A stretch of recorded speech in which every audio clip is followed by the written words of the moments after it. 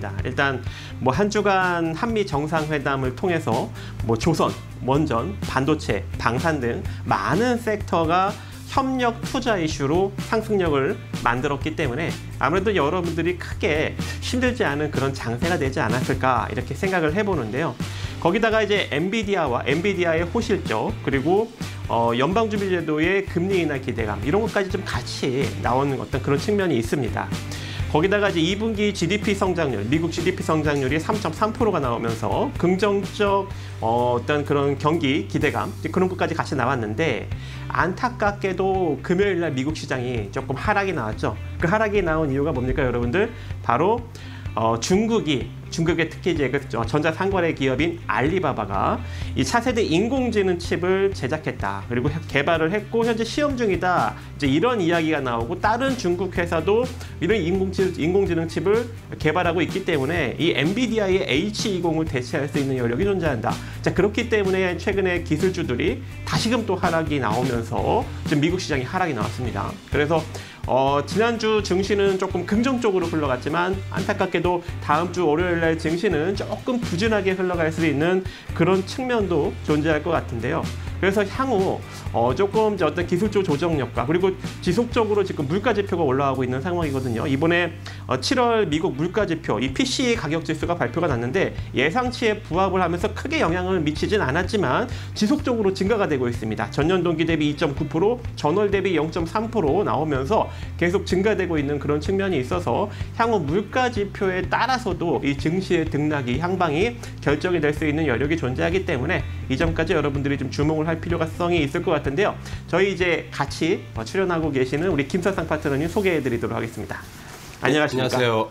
예. 2주 만인 것 같아요. 그렇죠. 파트너님은 지난 증시 어떻게 보셨습니까? 좀 뭐라 그럴까요? 좀 고구마 먹고 체한 것 느낌.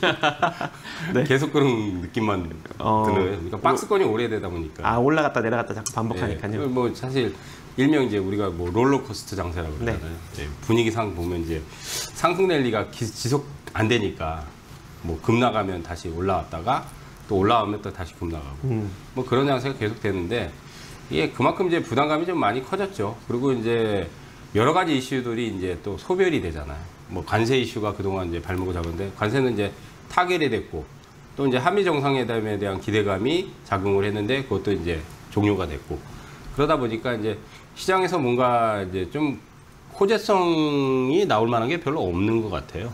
예. 지수도 또 많이 올려놓고 하다 보니까 그러다 보니까 이제 정체기가 또 상당히 좀 길어지는 상황입니다. 그래서 이제 우리가 흔히 말하는 박스피라고 그러죠. 박스피. 이 박스를 돌파를 해야 되는데 지금 상황에서는 돌파가 안 될 것 같아요. 그러니까 박스는 뭔가 갇혀 있는 느낌이잖아요.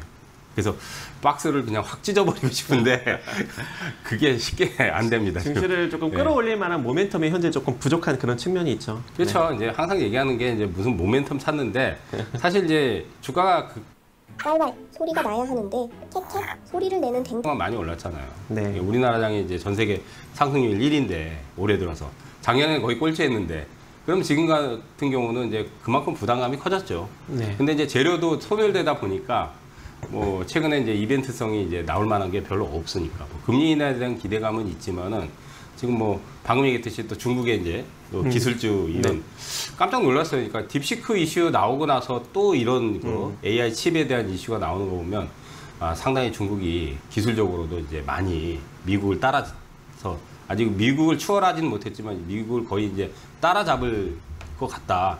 특히 이제 반도체 같은 경우는 기술 격차가 꽤 클 거라고 생각을 했는데 상당히 지금 중국 쪽이 많이 치고 올라왔단 말이에요. 네. 왜냐하면 ASML에서 만든 노광 장비 같은 경우는 절대 중국에 못 팔다고. 그게 한 장비 한 대가 한 2천억 이렇게 넘잖아요. 네. 그거 중국에 절대 못 팔게 지금 했는데 그러면 그 노광 장비가 사실은 포토마스크의 이게 핵심 장비거든요. 그리고 이제 미세화 작업에서 필수예요. 미사 공정에서. 근데 이제 그런 필수 장비가 없어도 어떻게 하든 돌파를 하는 거 보면 그렇죠. 예, 진짜 대단한 것 같아요, 중국이. 워낙 뭐 땅덩어리 크고 또 사람도 많고 그러겠지만은 또 자금력도 워낙 뭐 크니까 어떻게 하든 이제 기술로 지금 승부를 걸어야 되는 반도체 쪽도 지금 상당히 좀 많이 추격을 하는 상황이기 때문에 어쨌든 우리나라는 그런 부분에서는 좀 어떻게 보면 좀 경계를 가져야 돼요. 왜냐하면 AI는 우리가 또 뒤처진데 이게 이번 정부에서 또 과감한 투자를 지금 하잖아요. 피지컬 AI 쪽을 밀고 있죠. 예. 네. 그리고 재정도 지금 뭐 네. 오늘 보면 이제 역대 최대 재정, 네. 예, 700조를 넘겼잖아요. 그죠? 그러니까 이제 과감한 투자를 해야 되는 건 사실인데 아 이거 중국한테 이게 뒤처질 수도 있다 이런 경계감이 좀 상당히 좀 우려되는 부분이 있습니다. 아, 네. 알겠습니다. 일단 시장이 지난주까지는 좀 양호하게 유지가 되다가 아무래도 다음 주에 조금 이제 부진하게 흘러갈 수 있는 그런 여력도 존재할 것 같은데요. 그렇기 때문에 우리가 더욱더 상승 이슈에 주목을 해서 단기적으로 조금 공략을 해볼 만한 그런 포인트를 잡아가는 것이 중요한 그런 시점이 되지 않을까 그렇게 생각을 해봅니다. 그리고 좀 이따가 저희가 이제 종목 상담을 진행을 하고 있기 때문에 종목 상담 참여. 그래서 뭐 저 이제 전전주죠. 제가 이제 일주일 쉬었는데 박정식 파트님 현대임수 잘 터졌잖아요. 현대임수 그죠? 제가 2주 밀었습니다. 2주. 네, 그러니까 기자재 쪽이 이제 네. 붙잖아요. 그러니까 이제 조선주들은 아직 파동이 끝나지는 않았는데 핵심은 사실은 뭐 현대중공업, 현대미포, 네. 그다음에 하나오션 이런 것들이 이제 핵심인데 너무 많이 올랐어요. 그러니까 이제 좀 덜 오른 기자재 쪽으로 좀 당분간은 아마 순환이 조금 더 될 것 같아요. 혹시 관심 갖고 있는 기자재 종목은 있으실까요? 없으셔도 됩니다. 저는 사실은 현대임수 그 말씀하신 대로 그때도 제가 네. 괜찮다고 얘기했는데 그 관심 뒀어요. 네. 실제로 무료 방송에서 6월달에 그 현대임수를 추천했었어요. 무료 방송에서도. 제가. 현대임수 근데 아직까지 이제 상승이 나오고 밀리지 않았거든요. 더 갈 수 있을까요? 네, 조금 더 파동이 남아 있는 것 같아요. 좀 부담스럽긴 한데. 저도 개인적으로는 그렇게 생각을 하고 있는데. 근데 이제 조금 더 작은 기자재들. 네. 그러니까 예를 들어서 이제 개인적으로 뭐 케이프라든지 이런 것들, 케이프. 예, 그런 네. 것들이 이제 기자재 쪽에서 좀 수혜를 받을 수 있는 거거든요. 그러니까 중소형 기자재가 있으면 이제 그런 것들은 이제 찾아서. 아직 올라가지 않은 기자재에 좀 그렇죠. 관심을 예. 가지고. 근데 이제 많지는 않아요. 이제 현대임수는 워낙 이제 납품이 많이 들어가니까 하는데 이제 우리가 잘 모르는 이제 기자재 쪽을 좀 찾아보면은. 근데 아직까지 그 피팅 밸브 쪽이 좀 덜 올라간 것 같더라고요. 뭐 네, 성강밴드, 퇴강, 그다음에 하이로 코리아. 그래서 플랜트나 이제 피팅 밸브도 이제 조선 쪽에 들어가기 네. 때문에 그런 것들 수혜받는데 그런 것들도 아마 괜찮을 것 같아요. 어쨌든 네. 실적이 이제 또 좋아지고 있는 상황이 업황이 좋으면 실적은 당연히 좋아요. 그거는 뭐 안 봐도 비디오죠. 네. 예, 그렇기 때문에 그런 것들 선택하시면 될 것 같고 저는 개인적으로 이제 조선은 너무 많이 올랐다. 네. 예, 가격 부담이 생겼기 때문에 이제 조금 상승 여력이 있어도 그렇게 이제 올라가는 게 너무 한계가 있다. 그러니까 기자재 쪽은 아직 좀 남았다. 제가 근데 차트를 딱 보니까 왜 그 전력 기자재 쪽은 네. 3년 연속 쉬지 않고 올라갔거든요. 예. 그런데 특히 이제 조선 쪽은 오래 쉬다가 올해 한 5개월밖에 안 올라갔어요. 그래서 솔직히 더 부각을 받을 수 있지 않을까. 그리고 또 원전도 2021년에 윤석열 정권 들어서고 나서 한번 올라갔다가 또 3년간 쉬다가 지금 5개월밖에 또 안 올라갔어요. 원전도. 그래서 저는 개인적으로 조선 원전은 왜냐하면 아직까지 이제 미국과의 장기적인 협력 사업도 좀 남아 있다 보니까 조금 더 올라갈 수 있는 그런 여력도 좀 존재하지 않을까 개인적으로 좀 생각을 해보는데 그런 점에서는 어떻게 생각하십니까? 뭐 저는 사실은 원전 같은 경우는 앞으로 이제 수요는 계속 늘어나고 북미 쪽에 많이 들어갈 거라고 생각했는데 이게 정부의 정책에서 또 이제 수혜로 많이 부각이 됐잖아요. 근데 시세가 한번 터졌죠, 대부분. 네.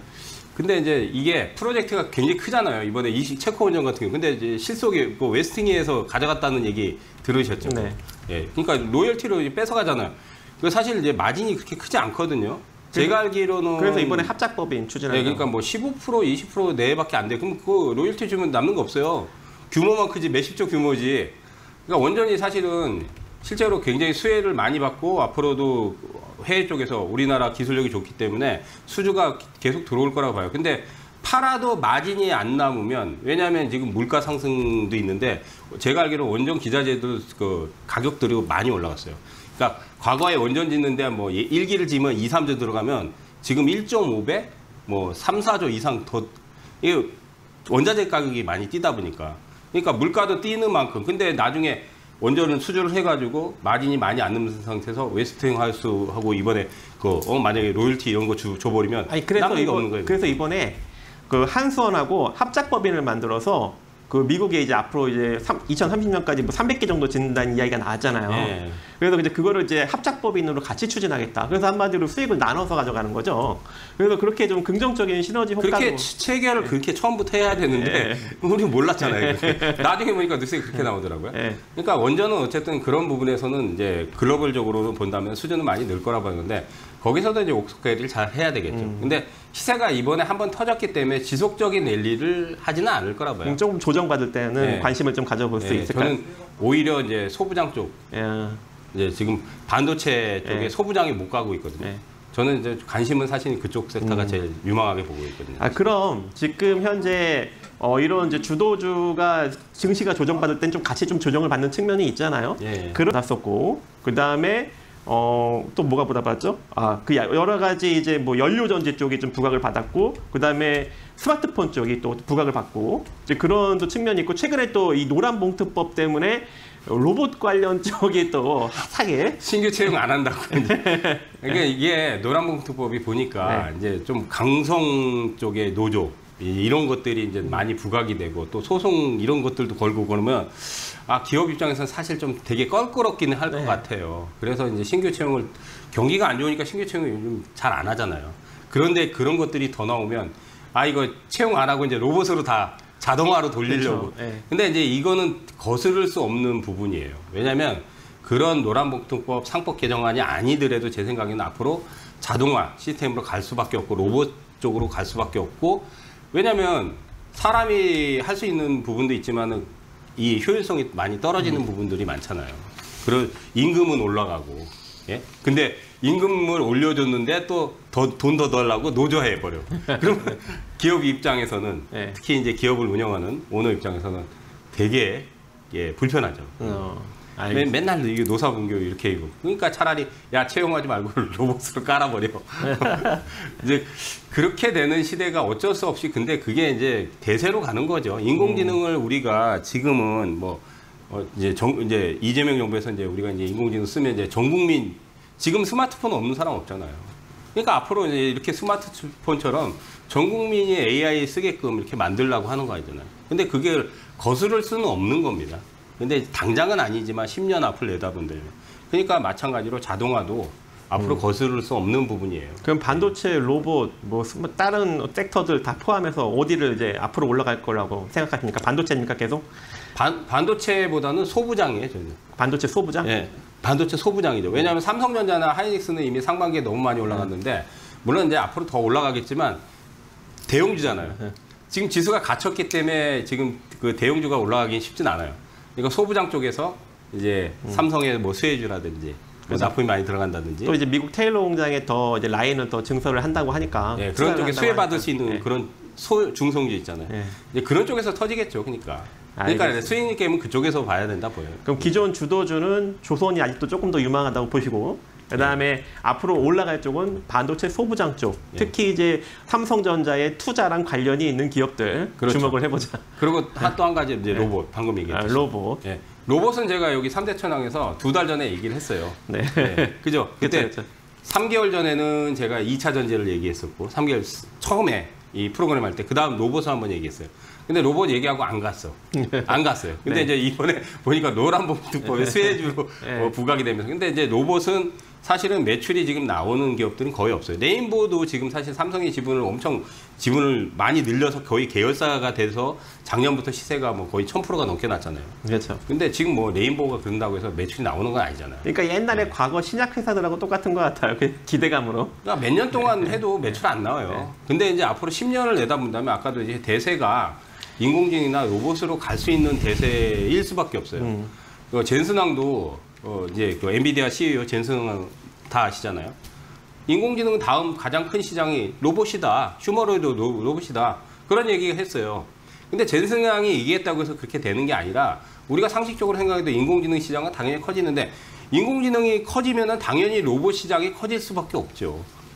왜냐하면 로봇은 그냥 우리가 이제 뭐 조종해서 움직일 수도 있지만, 이제는 조종해서 움직이는 게 아니라 로봇에 인공지능이 탑재가 되잖아요. 그러면 뗄래야 뗄 수가 없잖아요. 그러니까 로봇이 자율적으로 자기가 알아서 스스로 일을 하고 하려면 그 안에 인공지능이 탑재가 돼야 돼요. 그러니까 그런 부분에서는 저는 로봇도 앞으로 유망 섹터가 충분히 될 거라고 봅니다. 알겠습니다. 여기까지 한번 좀 정리를 해보도록 하겠습니다. 저도 이제 그러면 천천히 조용시에 단가를 조금씩 낮춰나가는 그건 네. 물타기가 아닙니다. 물타기는 내가 손실을 보면 무조건 막 너무 많이 빠져가지고 손실 보니까 막 물량을 늘리는 그런 건 하지 말아야 돼요. 그러니까 정확한 가이드라인을 정해놓고 내가 이거를 편입을 좀 해보겠다. 뭐 예를 들어서 내가 한 10%만 편입을 해보겠다. 그러면 빠질 때 뭐 2, 3%씩, 3, 4%씩 늘려나가는 거죠. 내 전체 CD에서 비중 한 10%까지만 확대를 하겠다. 그런 건 물타기가 아니에요. 그러니까 그렇게 전략을 잡으셔야 돼요. 근데 내가 막 20%, 30% 손실 났다고 해서 막 손실이 크니까 그냥 흐름도 보지도 않고 또 기업 내용도 체크도 안 하고 시장 흐름도 안 보고 그냥 무조건 손실 봤다고 해서 물타기 하다. 그러면은 나중에 빠져나올 수가 없는 거예요. 그러니까 그런 부분 참고하셔가지고 투자하시면 좋을 것 같습니다. 네, 알겠습니다. 자, 그래서 두산 PSL도 있고 SPSL도 있어요. 그러니까 한 몇 주 전에 튀어나갔는데 그런 것들이 이제 시장에서는 부각이 좀 잘 안 됐어요. 그렇죠. 방금 얘기했듯이 수소 네트워크가 정부에서 뭐 진행을 하고는 있지만 좀 정책적으로 좀 느리게 진행되는 부분들이 있거든요. 그러니까 빠르게 이제 다이나믹하게 이제 대기업하고 협회를 해서 빠르게 진행을 해야 되는데 그동안은 몇 년 동안 좀 진척이 느렸거든요. 근데 이제 이런 계기가 나온다면 좀 빨라질 수도 있죠. 그러면 수소 관련주들에서 실제로 이제 중성주에서 벌써 이제 급등이 나왔거든요. 보니까 NK 같은 경우 뭐 상한가도 나오고, 그러니까 이런 것들은 단기적으로는 좀 보셔도 될 것 같아요. 긴 안목으로는 보지는 말고 단기성은 괜찮을 것 같아요. 저는 원래 범한 퓨어셀을 원래 여기서 언급을 드리려고 했어요. 왜냐면 이 잠수함 이슈로 상승력이 팍 나왔다가 그대로 밀려버렸거든요. 이건 이제 매수의 기회인데 하필 금요일날 급등이 나와서 이제 더 이상 제가 이제 매수하라고 이제 얘기하기가 부담스러운 그런 상황인데 이 두산 퓨어셀은 지금 현재 꾸준하게 흘러가고 있는 그런 상황이거든요. 그래서 이 두산 퓨어셀도 최근에 좀 수급이 좀 붙으면서 약간 우상향 기조를 만들어가고 있기 때문에 여러분들이 좀 안정적으로 좀 느긋하게 한번 좀 공략을 해볼 만한 스윙으로 가져가긴 좋겠네요. 두산이 스윙으로 가져가긴 좋고, 방금 범한이라든지 NK 이런 것들은 단기 급등력이 나왔기 때문에 바로 따라 들어가는 게 아니라 단기적으로 눌릴 때 그렇죠. 단기적으로 보고. 수주는 최대 수혜주는 당연히 LG 이노텍이에요. 그러니까 이노텍은 제가 뭐 몇 주 전에도 한번 얘기를 했어요. 그러니까 이노텍 같은 경우는 꾸준하게 벌는데, 개인적으로는 이제 이 부품 장비주는 휴대폰 쪽에서는 그렇게 좀 그 성장성이 팍 이렇게 나오지는 않을 것 같아요. 그냥 기대감으로 좀 올라가다가 말 것 같아요. 그러니까 제 생각에는 오히려 기자재 쪽 아까 우리가 얘기했던 뭐 수소 이런 것들이 지금은 더 핫하니까 그런 쪽 보는 게 낫지 않을까 봐요. 원래는 저는 이제 BH를 상당히 많이 밀었어요. 근데 최근에 자꾸 급등이 나오더라고요. 그래서 이제 좀 어느 정도 지금 상승 기조를 타고 있는 그런 상황이라 제가 여러분들한테 매수라고 하기는 조금 이제 최고가 36,000원까지 날릴 것 같지는 않아요. 그러니까 어느 정도 올라가면 적정하게 차익 하는 게 좋을 것 같아요. 네. 좀 올라가긴 할 것 같아요. 알겠습니다. 오늘 이제 로봇주를 선정을 했는데 사실은 이제 이틀 전에 선정을 했는데 이게 금요일 날 장중에 9%가 올라가더라고요. 네, 그렇죠. 그래가지고 이것이 올라가면 안 되는데 했는데 오후에 빠졌어요. 그리고 빠졌어요. 엄청나게 상승이 많이 나온 종목이 있다면서요. 헬릭 스미스 혹시 기억나세요? 기억납니다. 그게 저도 긍정적으로 언급을 드렸는데. 그때 이제 헬릭 스미스가 사실은 이제 적자도 나고 막 그랬는데 제가 이제 대주주도 바뀌고 유동성도 보강이 되고, 그렇죠. 그리고 엔진 시세에 대한 기술 로열티 받을 수 있다. 근데 이번에 이제 120%가 팍 터져버렸어요. 헬릭 스미스가. 120%. 근데 이제 제가 그때 목표가를 그때 3,000원대에 추천했거든요.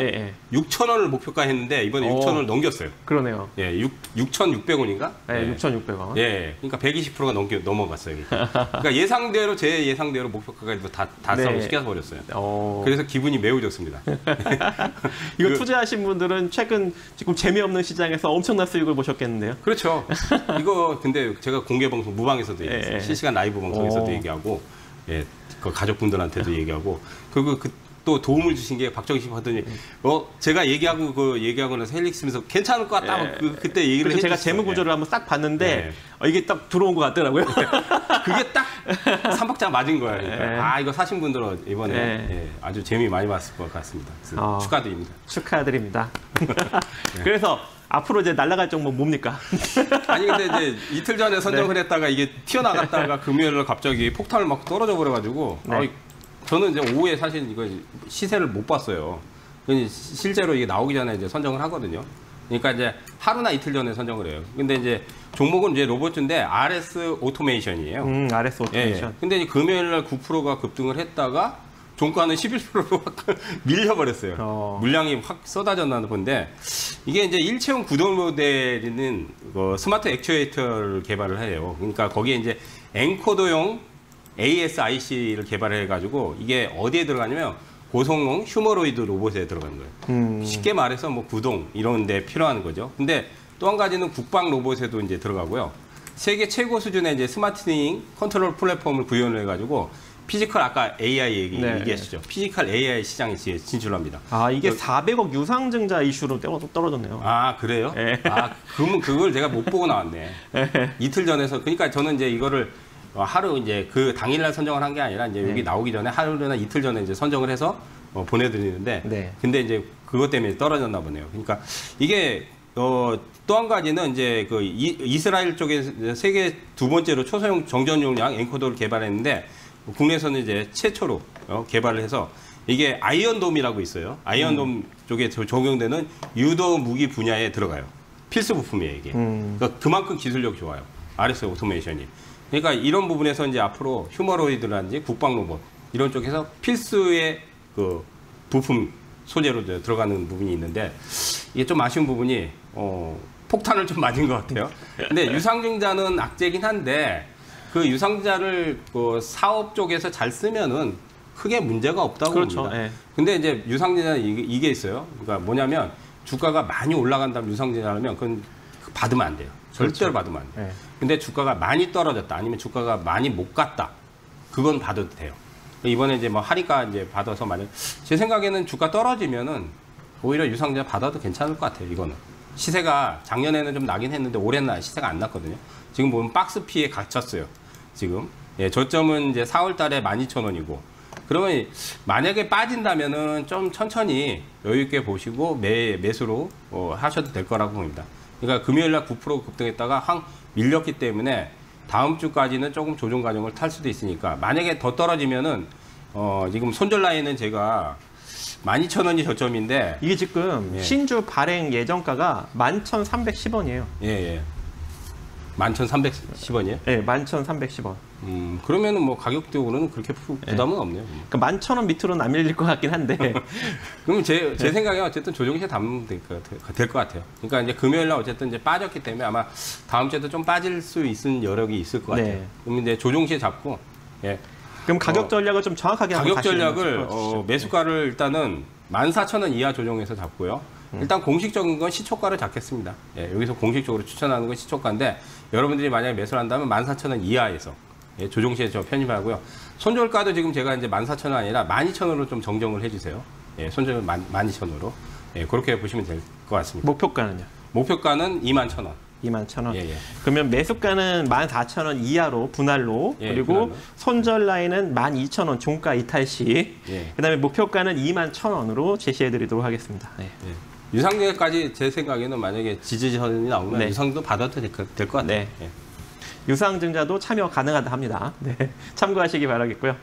비중이 많아갖고 더 추가 매수도 못하고 그냥 이러고 답답하게 이러고 있어요. 근데 저도 좀 답답한 게 이게 2차 전지 장비를 만드는 회사들 중에 실적이 조금 긍정적으로 나오는 종목들이 이 필 에너지, 뭐 CIS 이런 종목들이거든요. 근데 실적이 잘 나오고 있음에도 불구하고 답답하게 안 움직여요. 그죠? 네네네. 이거 먼저 우리 일단은 2차 전지 쪽은 우리 김선성 전문가님이 전문이시거든요. 한번 의견 한번 들어보도록 하겠습니다. 안녕하세요. 네, 감사합니다. 너무너무 팬입니다. 감사합니다. 오늘 강연회 하는데. 저 예약했어요. 예약하셨어요? 감사합니다. 네, 이따가 갈 거예요. 지금 샤워하고 막 준비하고 있어요. 감사드립니다. 이따 뵈야 되겠네요. 이게 길게 보면은 나쁘지는 않아요. 이제 박정희 파트너님처럼 이제 실적도 나쁘지 않은데 이제 2차 전지 업황 자체가 저는 그렇게 생각해요. 제가 3개월 전에 3대 천왕에서도 아무도 관심 안 들 때 2차 전지가 캐집을 돌파할 거다. 근데 그때는 이제 제가 주목한 게 ESS 에너지 저장 장치. 그걸 제가 서두에 얘기를 했거든요. 그래서 제가 얘기하고 나서 그게 한 달 전인가 그때 막 거론되면서 2차 전지 얘기가 나오더라고요. 근데 이제 전기차 수요가 늘려면은 결국은 배터리가 이제 전기차가 이제 많이 수요가 늘어야 돼요. 아직까지는 전기차 수요가 그렇게 많이 늘진 않고 있어요. 그러니까 캐집을 완벽하게 돌파해서 업황 호조를 가려면 전기차 수요가 늘어야 돼요. 그 대안으로 에너지 저장 장치라든지 다른 배터리, 그러니까 지금 이제 한 2, 3년 정도 지나면은 전고체 배터리라든지 상용화 이런 것들이 되거든요. 그래서 이제 장기적으로는 나쁘지 않은데 단기는 지금 보면은 이제 단중기적으로는 박스권에 갇혔어요. 그래서 지금 구간에서는 팔 필요는 없는데 기간적으로는 상당히 올해는 좀 지루한 양상이에요, 지금. 그래서 올라가면 팔아줘야 돼요, 그러니까 만약에 내년까지 본다면 괜찮을 것 같아요. 지금 이제 바닥권은 어느 정도 형성을 했기 때문에. 근데 이제 요즘은 바닥권 형성해도 잘 안 가요. 뭔가 이슈화가 돼야지 세게 터져요. 그래서 지금은 비중을 늘리지 마시고요. 그냥 가지고 계신 것만 조금 롱포지는 더 잡으셔야 될 것 같아요. 좀 지겨우더라도 그냥 오래 넘어갈 거 생각하세요, 그냥. 제가 지금 재무 구조를 보니까 네. 이 필 에너지가 실적이 갑자기 안 좋아졌네요. 아, 그래요? 이게 지금 1분기에 매출액 10억밖에 달성을 못했어요. 아, 그래요? 그리고 마이너스 영업이익 60억에, 그리고 2분기에는 매출액을 229억에 마이너스 39억. 아, 그러네요, 진짜. 갑자기 지금 실적이 안 좋아지면서, 그래서 지금 아마 이 실적 때문에 8월 달부터 주가가 지금 빠지고 있는 것 같은데, 아무래도 그 저점을 더 키워나갈 수 있는 여력도 개인적으로 있다 생각하는데, 이 점도 좀 이야기를 해주셔야 될 것 같습니다. 그런 부분이 좀 있긴 있네요. 예, 매출이 확 급감을 해버렸네요, 여기서. 어쨌든 이제 근데 이제 재무상에 제가 보기에는 뭐 유보율도 괜찮고 부채비율이 그렇게 높은 편이 아니라서 네. 유동성 위기는 크게 나오진 않을 거라고 생각이 돼요. 근데 문제는 이제 매출이 확 급감을 해버리면 계속적으로 분기가 이제 2분기, 3분기 계속 그렇죠. 연속으로 나오면 이제 그건 문제가 아무래도 되죠. 좀 1년 이상 조금 이제 좀 부진한 그런 실적이 나올 것 같은 여력이라서 저점을 좀 키워나갈 수 있는 여력도 좀 존재할 것 같습니다. 네. 그러면 이제 반등시에 조금 비중을 축소를 하세요. 예. 비중을 축소하시고 이따가 강연에 오시면요. 끝나고 제가 뭐 이제 조금 얘기를 해드릴게요. 어쨌든 참석을 하신다 그랬으니까.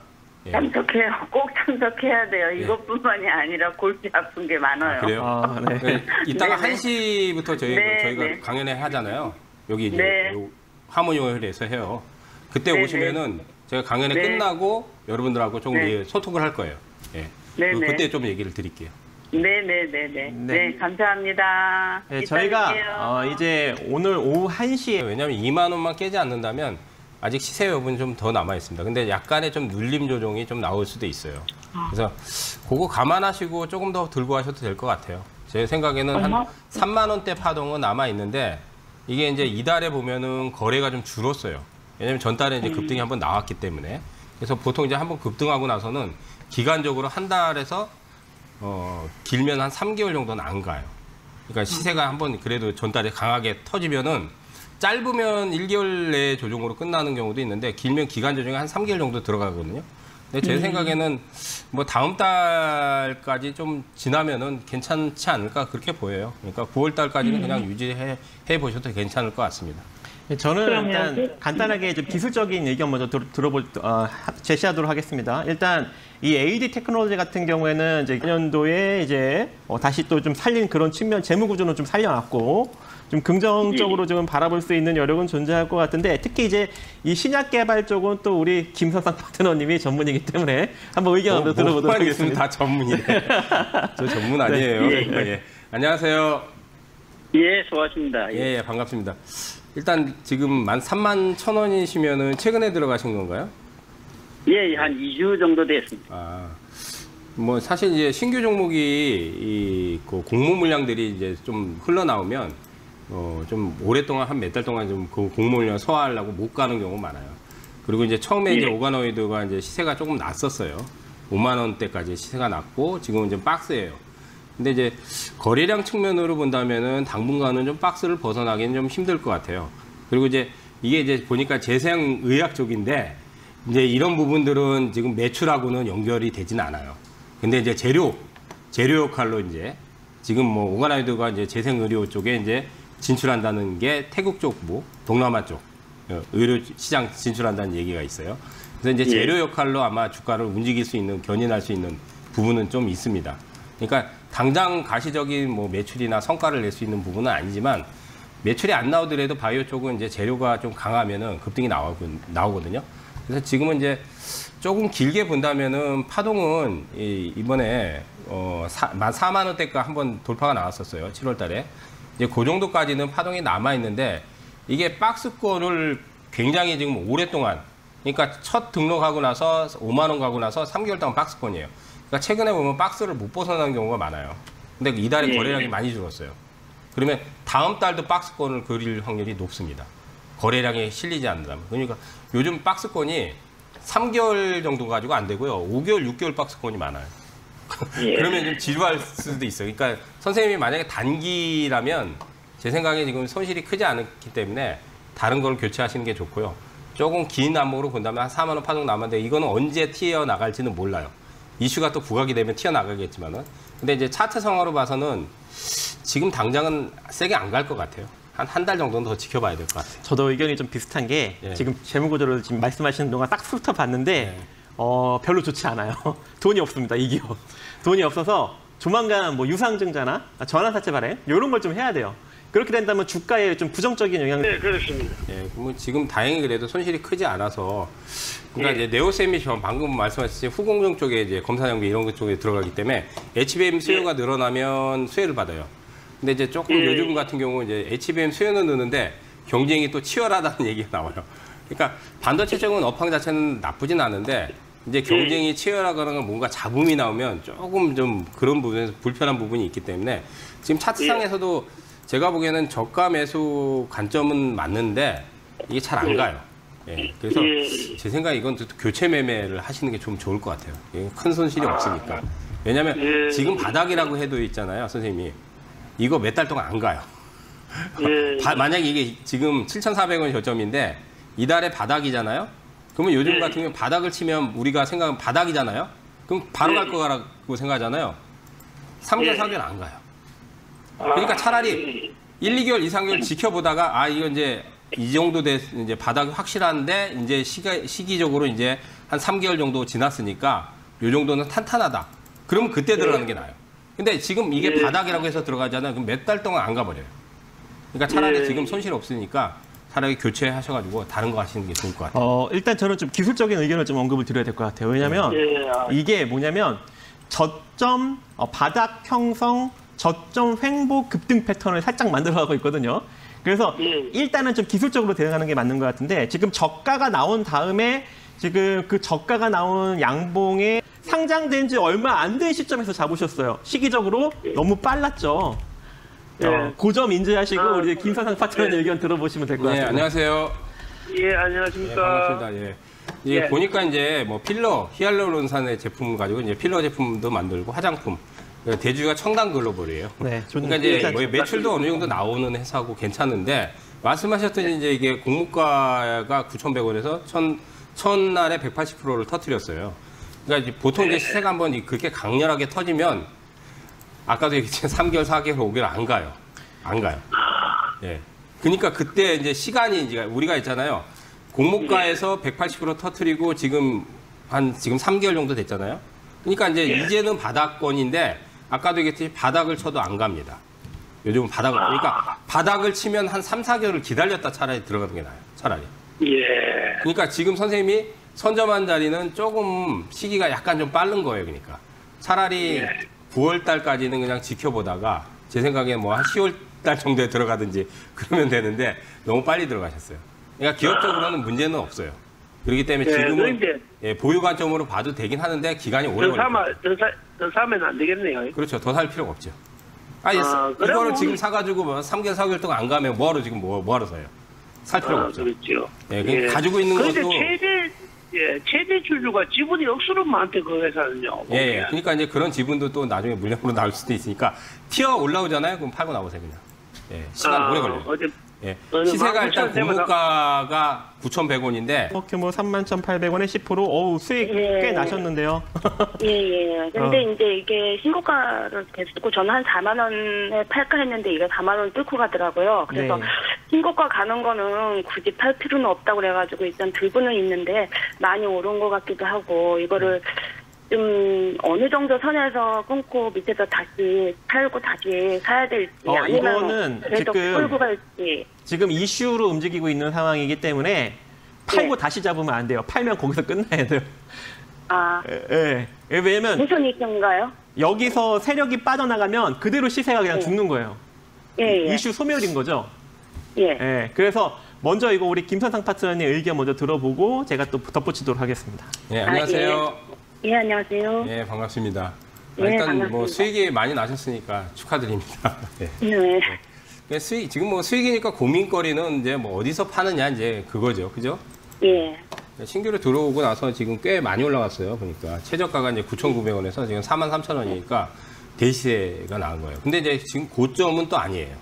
그러니까 고점 시그널은 우리가 이제 기술적으로 본다면은 지금 3주, 4주 연속으로 지금 신고가를 내고 있거든요. 그래서 이제 네. 고점이 되려면은 5주선까지는 내려와야 돼요. 예, 주봉상 지금. 근데 이제 5주선 내려오려면 한참 멀었어요. 그러니까 지금은 더 들고 가셔도 되는데, 근데 또 많이 올랐기 때문에 지금 시세 여부가 크게 더 나기는 좀 쉽지는 않아 보여요. 그래서 지금 비중이 적으니까, 네. 제가 얘기했듯이, 이제 제 생각은요, 그냥 11선 있잖아요. 그냥 일봉상에서 11선이 얼마냐면 36,000 한 500원, 600원 정도 돼요. 그거 이탈하면 그냥 전량 매도 해버리세요. 아. 그거 이탈 안 하면은 더 들고 가시고요. 더 들고 간다는 거는 그냥 목표가 정하지 않고 그냥 가져가는 계속 갈 수는 없죠. 그러니까 상승 탄력이 제 생각에는 지금 더 만약에 신고가를 조정 주고 신고가를 내면 한 45,000에서 46,000원 정도 지금 가격의 10% 이상 정도는 더 올라갈 여력은 있어요. 아, 그럼 그 가격에서 그냥 전량 팔아버릴까요, 선생님? 그 정도 올라가면 파는 게 좋을 것 같아요. 아, 그러니까 다만 이제, 얼마요? 지금은 다만 지금 고점이 아니니까 팔 필요는 없는데 45,000원 이상 만약에 올라가면 지금 예. 시세의 10% 이상 올라간다면 팔아주는 게 좋을 것 같아요. 아, 파는 것도 힘들어요, 이게. 꼭 매번 욕심내다가 다 투입내고 한 적이 있어가지고, 이번에는 좀, 그렇죠. 좀 팔아볼까 해서. 근데 이제 시세가 지금 많이 났으니까 그 부분 예. 감안하시고, 그리고 이제 예. 지금 가격이 낮잖아요. 그렇잖아요. 31,000원이니까. 예? 아, 예, 예. 빠져도 뭐 그러면 혹시 다시 재매수할 수 있는 팔고서 한 가격이 팔고서 한 32,000원? 재매수 하려면은요, 3만 원 이하로 내려와야 돼요. 아, 3만 원이야. 예. 왜냐하면 이게 시세가 물론 8월 달에는 지금 저점이 이제 23,000원이지만 작년 저점은 9,900원이잖아요. 그럼 네. 몇백 프로가 나왔잖아요. 그러니까 보통 이제 몇백 프로를 내고 이제 대시세가 끝나버리잖아요. 그러면 못해도 고점 대비해서 30%에서 40% 정도 떨어져야 돼요. 아. 그럼 지금 그럼 4만 원 밑으로 때문에 빠질 30%면 12,000원 빠져야 된다는 얘기죠. 아. 그죠? 그럼 선생님, 저기 위로 올라갈 수 있는 건 한 10% 내외고, 밑으로 빠질 수 있는 건 30, 40%니까. 고점 치면 그 욕심 정도 안 빠져. 부리고 파는 게 낫겠네요. 그렇죠. 예. 그러니까 만약 재매수 하더라도 만약에 조정이 뭐 5%, 10% 내에서 들어가시면 안 돼요. 고점 치고 나서는.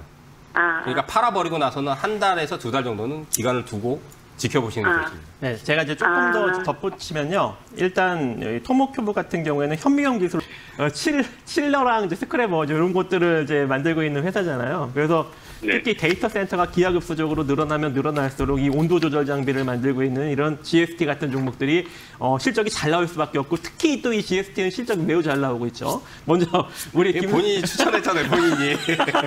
몇 달 전에 내가 기억을 하는데. 먼저 우리 김사장 파트너님 얘기 한번 더 들어보도록 하겠습니다. 저기 박정희 파트너님 네. 몇 달 전에 추천을 하셨어요. 그래서 제가 GST는 약자로 가스통, GST, 가스통. 네.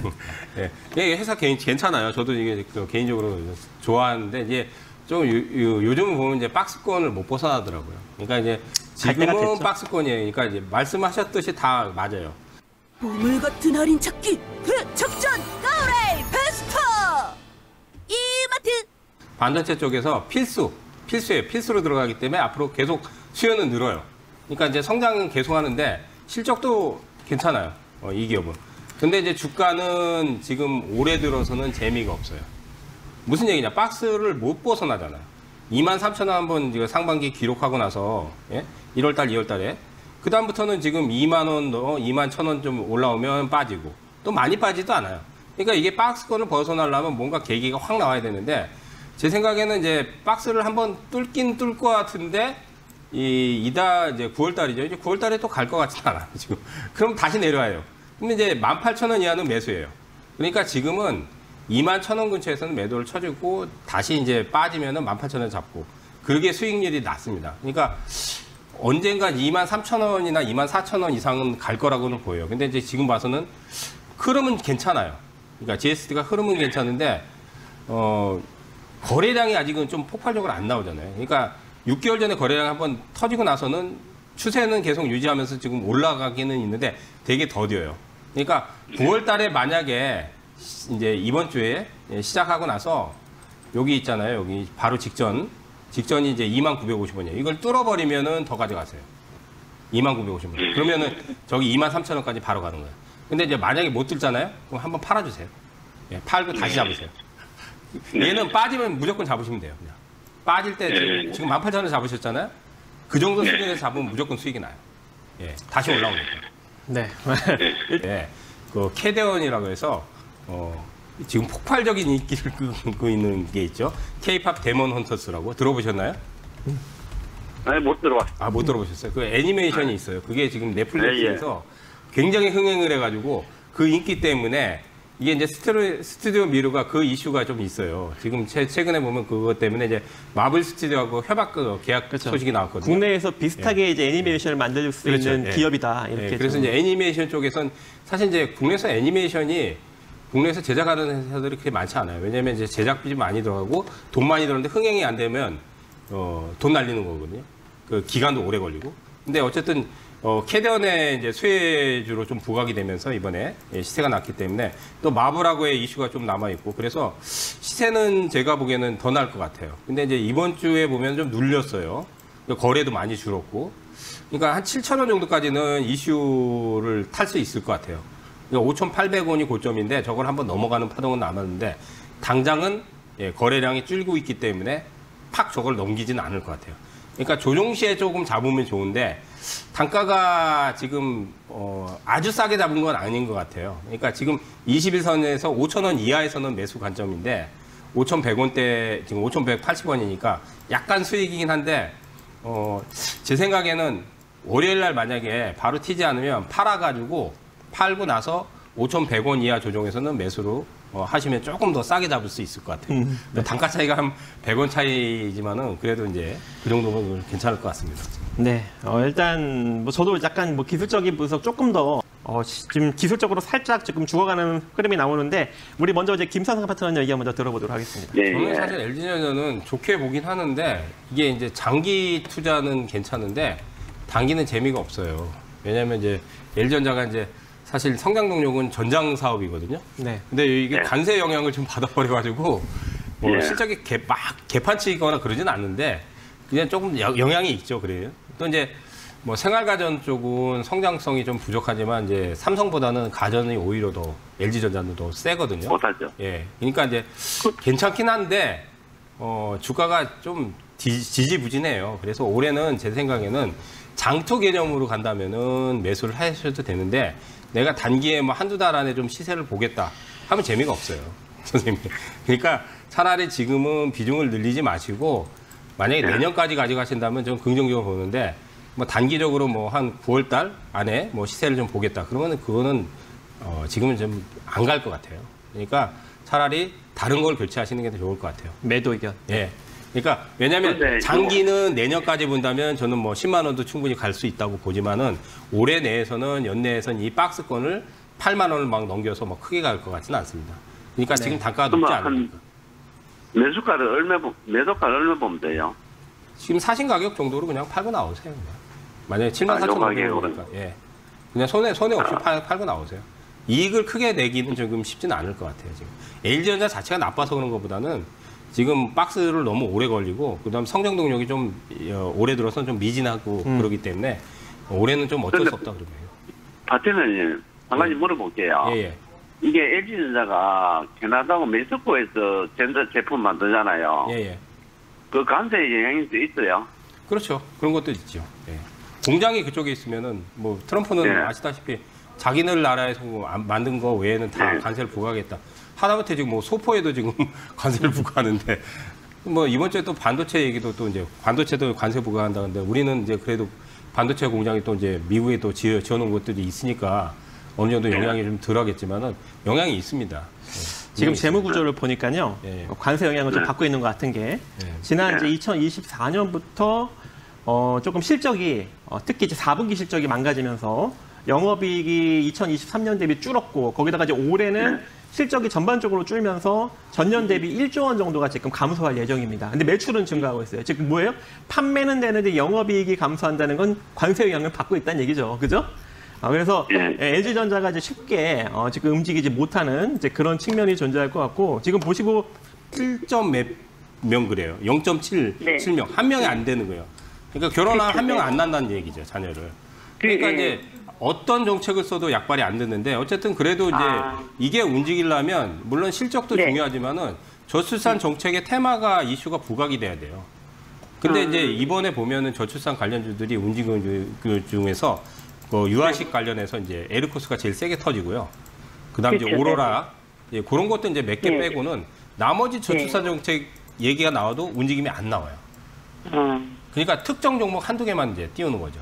그래서 꼽기는 나쁘지는 않은데 차라리 여기서 비중을 늘리거나 이러지 마시고, 그 저번에도 매도 의견을 드린 게 너무 오래 걸릴 것 같다. 너무 오래 걸리는데 괜히 비중을 만약에 20% 30% 늘려가지고 1년 가져가면 그 자금이 묶여버리잖아요. 차라리 다른 쪽으로 교체 매매하시는 게 좋을 것 같아요. 지금 더 늘리지 마시고요. 다행히 그게 반등가가 이게 반등가가 지금은요 7,000원, 지금 보니까 7,000원 이상에서는 저항이 강하거든요. 그러니까 이제 7,000원을 뚫고 안 밀리면은 더 8,000원, 9,000원을 봐도 되는데, 여기서 밀려버리면 못 간단 말이에요. 그럼 몇 달 동안 다 안 가요.